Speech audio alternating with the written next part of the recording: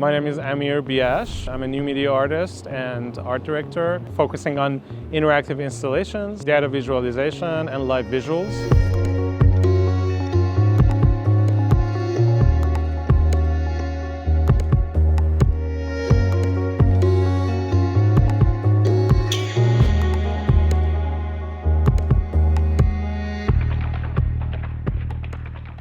So the reason we're filming in Alserkal is that because this place is significant to me because we did an event here called MUTEK AE, which is an art and technology festival.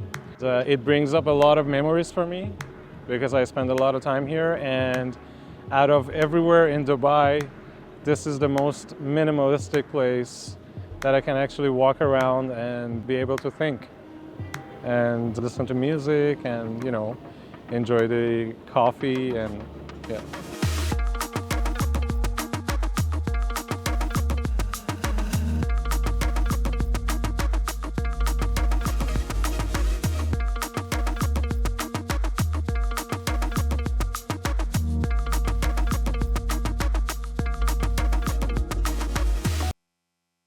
In 2022, right when the Women Life Freedom movement started, I was working on a video mapping job for the World Cup, and right after that I had to work on opening visuals for Lionel Richie's World Tour. I needed internet. I thought it was a good idea to go to somewhere that has internet so I can keep working. My friend who I was working with, Reza Dolatabadi, a great director, was moving to Turkey from London, and he suggested to move to Turkey with him. I moved to Bodrum, and that was how I moved from Iran forever.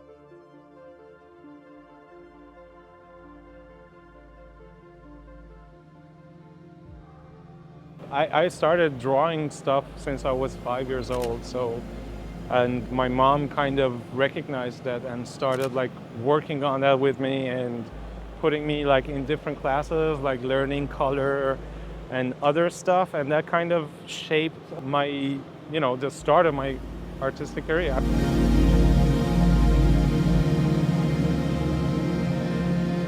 I remember one time I actually found a bunch of drawings that my mom did from back when she was younger, like maybe in her teenage years or university years, and it blew my mind because they were very realistic and very beautiful.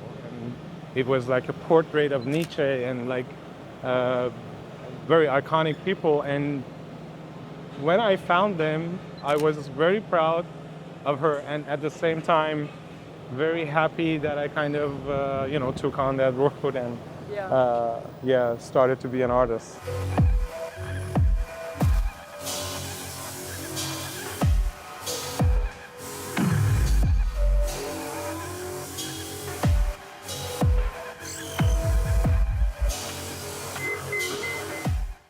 My music listening career started when I was as young as 7th grade or 8th grade.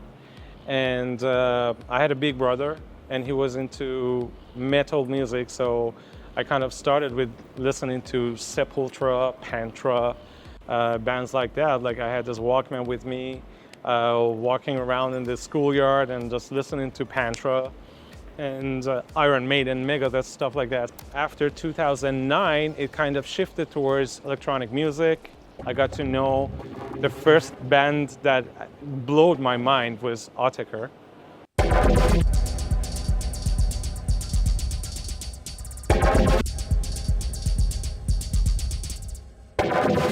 I asked a friend of mine to, you know, create like a playlist for me so I can listen to.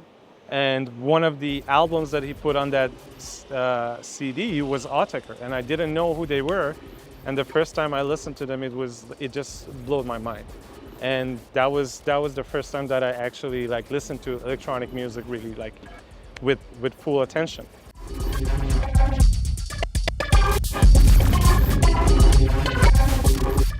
The early sci-fi writers would call me maybe, I don't know, the weaver of illusions, because of course they foresaw new media in a way. They didn't specifically predicted new media, but they saw technology and as a tool to explore human mind, going through like someone like Mary Shelley, Jules Verne, H.G. Wells. These people, they all foresaw what was coming in terms of technology and art.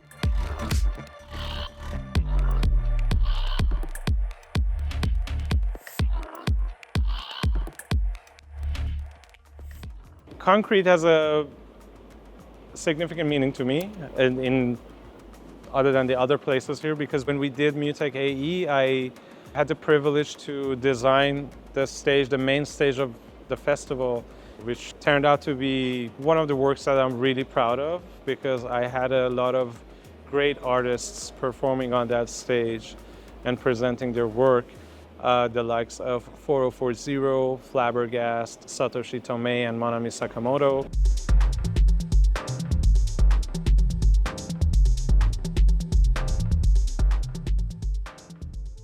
I wouldn't say I love cyberpunk colors, and the genre is like one of my favorite genres, but I wouldn't say that my work is cyberpunk. It's more, so most of my work is inspired by nature, and especially with the colors and everything and the movements. But I certainly won't say that my work is ahead of its time, because that's a big claim. That's a bold claim, and as an artist, I try to stay as humble as possible.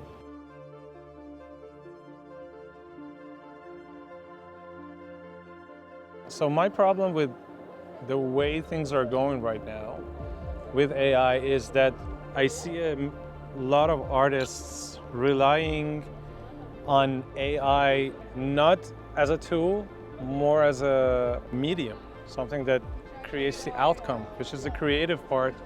And as an artist, I rather to do the creative part and have the AI do the dishes for me, rather than I do the dishes and the AI does the creative stuff, It's not that I hate AI, I'm very fascinated by it, and I use it time to time in different contexts.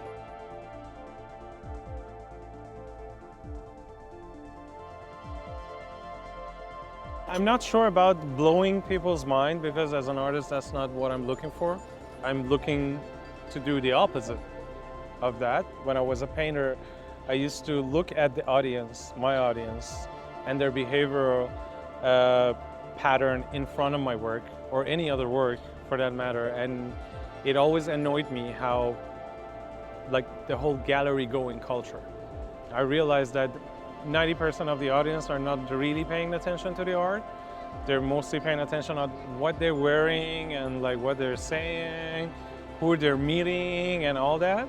So when I got to be a new media artist and got to know all these new mediums, I started a research. Is it the artwork that dictates the behavior, or is it the audience that dictates the artwork? So it kind of turned into a personal research for me, and it also kind of got entangled with my idea of focusing on climate change data for my installations.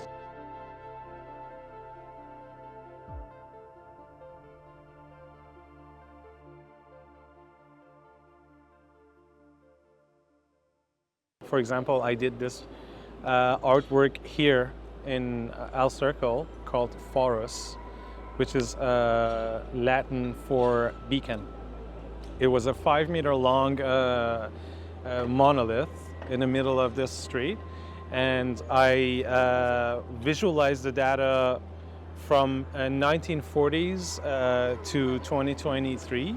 It was a recorded data of CO2 emission per capita of Dubai people, CO2 emission of the whole country year by year, against the temperature anomalies throughout the decades. So I started visualizing that, and I was looking for, not to amaze people, just to actually point the finger back, because Dubai is one of the places with the most CO2 emission per capita because of all the tourism, constructions and everything that is going on in Dubai, mimicking what is happening with human race and the resources of that are inside this rock that we're living on. you had to stay back. It wasn't like your traditional, interactive artwork that you just go and engage with it. You actually didn't have to engage with it, because when you go to engage with it, you would make glitches, you would make the whole thing speed up, and you couldn't really see the data. And if I want to do with an unlimited budget, I would definitely do another climate change data visualization, but as big as possible. I wish one day there's some kind of a cloud system in space, not even on Earth, so it can preserve digital artworks, and maybe I could be one of those artists that has their work uploaded there.